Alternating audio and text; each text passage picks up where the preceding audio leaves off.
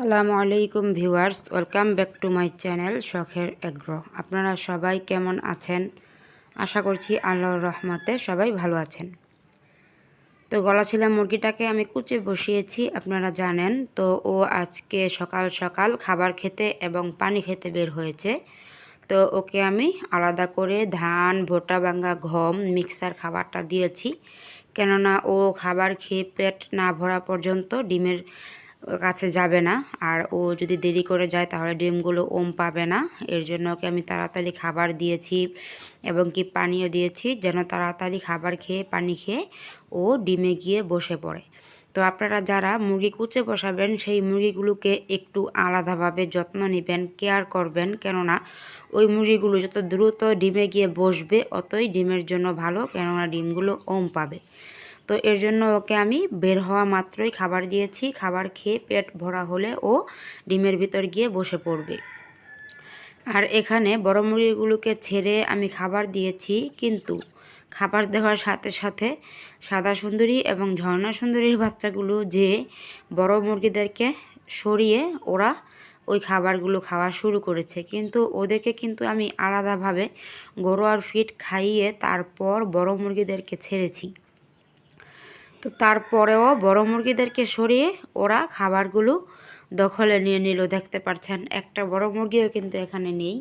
ঝর্ণা সুন্দরী এবং ওর বাচ্চাগুলো সব মুরগিদেরকে সরিয়ে খাবারগুলো ওরা খাওয়া শুরু করেছে।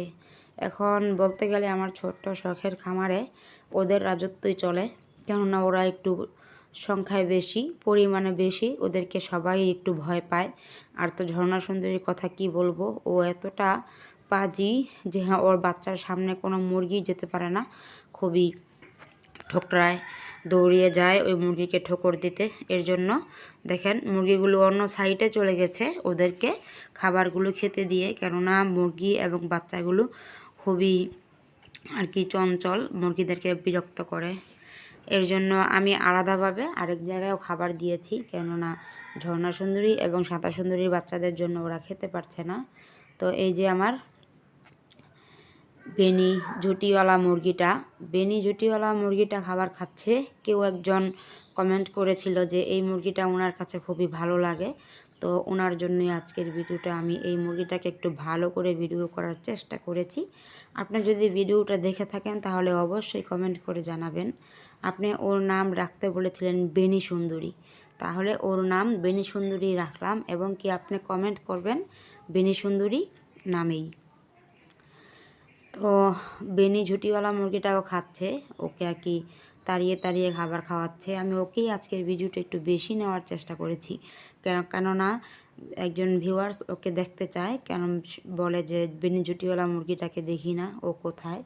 কারণ এদিকে সেদিকে গিয়ে থাকে তো ভিডিওতে অনেক সময় নেওয়া হয় না, এর জন্য আর কি।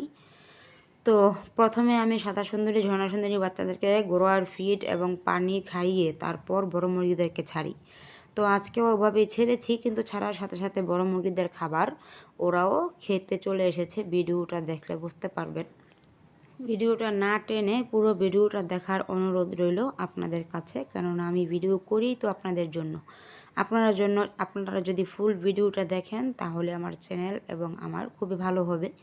তো ভিডিওটা না টেনে পুরো ভিডিওটা দেখবেন। আমার দেশি মুরগি এবং মুরগির বাচ্চাগুলোকে আপনাদের কাছে কেমন লাগে সেটাও কমেন্ট করে জানাবেন। এখানে কালোমণি খাবার খাচ্ছে, বেনি সুন্দরী খাবার খাচ্ছে, রাজাবাবু খাবার খাচ্ছে, সবগুলো মুরগিকেই আজকে আমি ক্যামেরাবন্দি করার চেষ্টা করেছি। তো আজকে শুক্রবার, সবাইকে জুম্মা মুবারক। সবাই ভালো থাকবেন, সুস্থ থাকবেন, আমার শখের এগ্রো চ্যানেলের পাশেই থাকবেন। আসসালামু আলাইকুম।